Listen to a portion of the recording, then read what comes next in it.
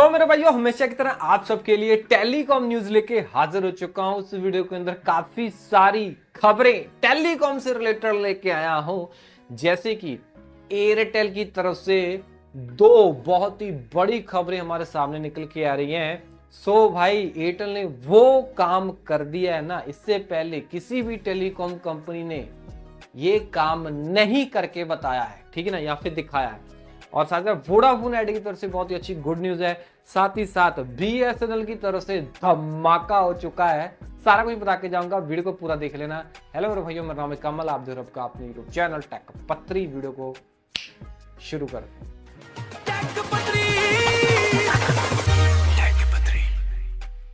Okay, सबसे पहली जो बड़ी और बिगेस्ट अपडेट निकल के आ रही है वो निकल के आ रही है भाई बीएसएनएल की तरफ से। बीएसएनएल की तरफ से कौन सी बड़ी खबर है? मैं बताना चाहता हूं कि बीएसएनएल ने अपने नए 4G टावर लगाने के लिए, है ना, ऑर्डर दे दिया है। किसको ऑर्डर दिया है और कितने का ऑर्डर दिया है, सारा कुछ बता के जाऊंगा। तो भाई, इन्होंने 26,238 नए 4G टावर लगाने का ऑर्डर दिया है। ऑर्डर इन्होंने एक कंपनी को नहीं दिया है, बांट के इन्होंने अलग अलग एरिया के अंदर टावर लगाने का काम दिया है अलग अलग कंपनियों को, ठीक है जी। मैं बताना चाहता हूं कि सबसे पहली कंपनी निकल के आ रही है टीसीएस, यानी कि टाटा कंसल्टेंसी सर्विसेज।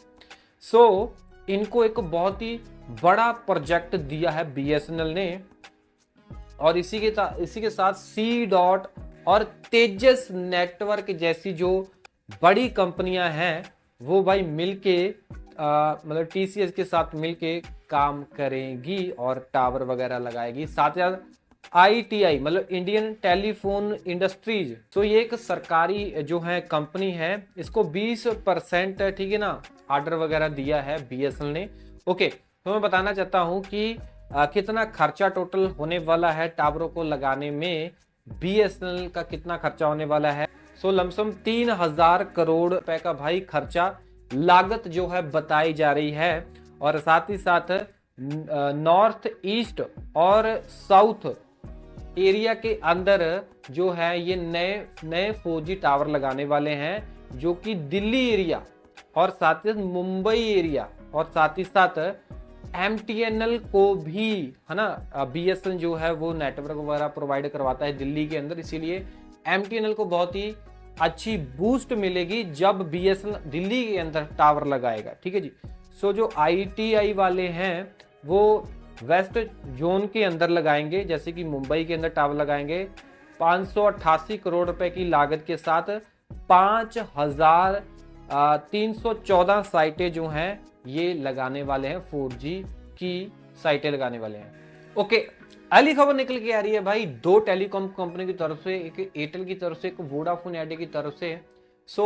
ये अपडेट इसीलिए भाई ये दो टेलीकॉम कंपनियां दे रही हैं क्योंकि बताया जा रहा है कि उड़ीसा के अंदर रथ यात्रा होने के लिए जा रही है, और उस रथ यात्रा में सबसे पहले एयरटेल बोल रहा है कि हमने अपने मतलब कि जो रथ यात्रा के अंदर शामिल होने वाले श्रद्धालु हैं, भगत लोग हैं, उनके लिए बहुत ही अच्छे प्रबंध किए हैं। प्रबंध का मतलब ये नहीं एयरटेल लंगर पानी लगाएगा, मतलब ये है इन्होंने नेटवर्क, ये बोल रहे हैं कि हमने बहुत बड़े लेवल के ऊपर वहां पे सुधार दिया है जहां पे ये रथ यात्रा निकलेगी या जाएगी। ओके, ये बता रहे हैं कि पिछले 12 महीनों के अंदर एयरटेल ने उड़ीसा के अंदर 1500 से ज्यादा नए 5G टावर साइटें लगाई हैं। ओके, और साथ ही साथ ये बोल रहे हैं कि जिस रास्तों से रथ यात्रा निकलेगी, जैसे कि रेलवे स्टेशन, जो मेन सड़कें हैं, वो वहां पे नेटवर्क बहुत ही मजबूत कर दिया है,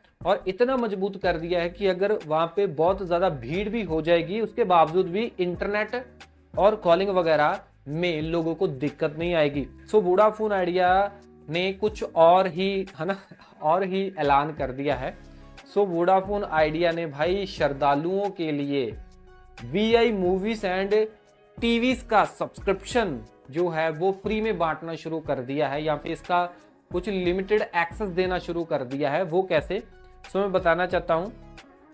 वीआई वाले जो है पूरी दुनिया में आप अगर कहीं पे भी बैठे हो, वीआई की आपके पास सिम है, तो आप रथ यात्रा के 12 दिनों के समागम को लाइव देख सकते हैं। कहां पे देख सकते हैं? इनकी वीआई मूवीज एंड टीवी वाली ऐप के अंदर। इसका कोई भी सब्सक्रिप्शन आपसे वीआई बिल्कुल भी नहीं लेगा, बट हाँ, आपके नंबर के ऊपर कोई भी एक्टिव प्लान होना जरूरी चाहिए। कोई भी एक्टिव प्लान होगा तो वीआई मूवी एंड टीवी वाली ऐप डाउनलोड इंस्टॉल करके आप यार रथ यात्रा के 12 दिनों का समागम जो है लाइव घर पे ही देख पाओगे, जो कि 16 जुलाई से लेके 27 जुलाई तक ये प्रोग्राम जो है चलने वाला है। इसके अंदर भाई रथ यात्रा की जो है ना रीतें वगैरह होती हैं, रथ बनाने की प्रक्रिया होती है, जगन्नाथ मंदिर का इतिहास वगैरह, है ना, मतलब कि धार्मिक चीजों के बारे में फिल्में वगैरह भी ये दिखाने वाले हैं। ओके, अगली जो बड़ी खबर निकल के आ रही है वो एयरटेल की तरफ से निकल के आ रही है। सो मैं बताना चाहता हूँ कि एयरटेल जो है भाई वो बार बार ये बात बोल रहा है, रिसेंटली भी भाई ये बात बोल रहा है, और जो रिसर्च कंपनियां होती हैं वो भी भाई अपने आर्टिकलों में, अपनी रिपोर्ट के अंदर ये चीज बता रही हैं कि एयरटेल जो है ये कहने की कोशिश कर रहा है, मतलब कि एयरटेल सीधा नहीं बोल रहा है। हाँ, कई बार भाई एयरटेल के जो सीईओ हैं उन्होंने भाई सीधा भी बोला है कि हमारे जो इंडिया के जो है टेलीकॉम स्ट्रक्चर को अपडेट करने की जरूरत है, क्योंकि यहाँ पे डेटा बड़ा सस्ता है ना। और इन्होंने ये भी एक शब्द बार बार बोला है कि इसको रिपेयर की जरूरत है, ठीक है ना, रिपेयर की जरूरत है, अपडेट की जरूरत है। सो इसका सीधा मतलब पता क्या है कि कंपनी चाहती है कि प्राइस हाइक होना चाहिए, प्लानों के प्राइस बढ़ने चाहिए। तो भाई एक चीज मैं बताना चाहता हूं कि 2 साल होने वाले हैं, 2024 में प्राइस हाइक हुआ था। सो तब से लेके अब तक 2 साल हो गए हैं, 2026 तक कोई भी प्राइस हाइक नहीं हुआ है। तो प्राइस हाइक ना होने की वजह से ये कंपनियां बोल रही हैं कि हमारा एवरेज रेवेन्यू पर यूजर जो है वहीं पे टिका हुआ है। आई थिंक जो एयरटेल का है 257 के आसपास है। ओके, एवरेज रेवेन्यू पर यूजर, तो वहीं पे ही इनका जो है वो एवरेज रेवेन्यू पर यूजर टिका हुआ है। ये बढ़ाना चाहती है तो बढ़ा नहीं पा रही हैं, इसीलिए ये बार बार बोल रही हैं कि रिपेयर की जरूरत है। सीधा तो नहीं बोल रही हैं कि प्राइस हाइक कर देंगे जी, हम करना चाहते हैं। तो अगर ये एयरटेल ओनली करेगी ना, तो एयरटेल करना चाहती है, अगर एयरटेल ओनली करेगी तो भाई एयरटेल को छोड़ के लोग जियो में चल जाएंगे। इसी वजह से एयरटेल खुद पहल नहीं कर रहा है प्राइस हाइक की। बट चक्कर पता क्या है, ये प्राइस हाइक होना तय है। एयरटेल बार बार बोल रहा है और शब्दों का यूज करके, बट प्राइस हाइक होना ही है। क्यों? क्योंकि भाई जियो को आईपीओ लेके आना है, ठीक है ना। जियो को अगर आईपीओ लेके आना है तो कंपनी को ज्यादा प्रॉफिट दिखाना बहुत ही जरूरी है, ठीक है ना। और अगर इनको ज्यादा प्रॉफिट दिखाना है जियो वालों को भी, तब जियो को भी प्राइस हाइक करना पड़ेगा। तो भाई ये सीधा ही वीआई हो गया, एयरटेल हो गया, ये जियो की तरफ देख रहे हैं। जियो कब प्राइस बढ़ाए, सो उसी 1 घंटे बाद एयरटेल भी प्राइस हाइक कर देगा। सो भाई इसका मतलब ये है कि आने वाले 3 से 4 महीने के अंदर अंदर प्राइस हाइक होने वाला है, ठीक है जी। ओके, ये बात तो भाई प्राइस हाइक की थी कि एयरटेल प्राइस हाइक करने को बोल रहा है, शब्द उल्टे पुल्टे और बोल रहा है, ठीक है जी। बट अब जो मैं बताना चाहता हूं कि एयरटेल जो है प्राइस हाइक कर नहीं पा रहा है प्रीपेड के अंदर, बट वो प्रीमियम स्ट्रेटजी खेल रहा है। आपने देखा नहीं होगा, ये बोल रहे हैं कि हमारी सिम लीजिए, प्रीपेड से पोस्टपेड ग्राहक बनिए, प्रीपेड से पोस्टपेड ग्राहक बनिए, तो आपको हम प्रीमियम एक्सपीरियंस देंगे, फास्ट लेन सर्विस देंगे, या फिर है ना, इन्होंने बदल दिया था ना शब्द कि प्रीमियम नहीं अब फास्ट लेन सर्विस ये बोल रहे हैं, ये अपने पोस्टपेड ग्राहकों को देंगे। तो भाई ये जानबूझ के लोगों को बोल रहे हैं कि प्रीपेड छोड़ो और पोस्टपेड में आओ ताकि इनका मुनाफा ज्यादा हो, ठीक है जी। क्योंकि प्रीपेड में ऐसा होता है कि कई लोग 2-2, 3-3 महीने रिचार्ज करवाते नहीं है, ठीक है ना। तो उसमें क्या है, कंपनी को नुकसान है, कंपनी का सिम हम यूज कर ही जा रहे हैं, हमारे पास है, हम रिचार्ज नहीं करवा रहे। पोस्टपेड में कंपनियां इसीलिए घुसा रही हैं क्योंकि पोस्टपेड में आप इंटरनेट यूज करो ना करो, है ना, आपको बिल आता रहेगा, इससे क्या है, उनका जो है रेवेन्यू जनरेट होता रहता है टेलीकॉम कंपनियों का। इसी वजह से ये जोर दे रहे हैं कि आप हमारे प्रीपेड छोड़ो, पोस्ट पेड में आओ।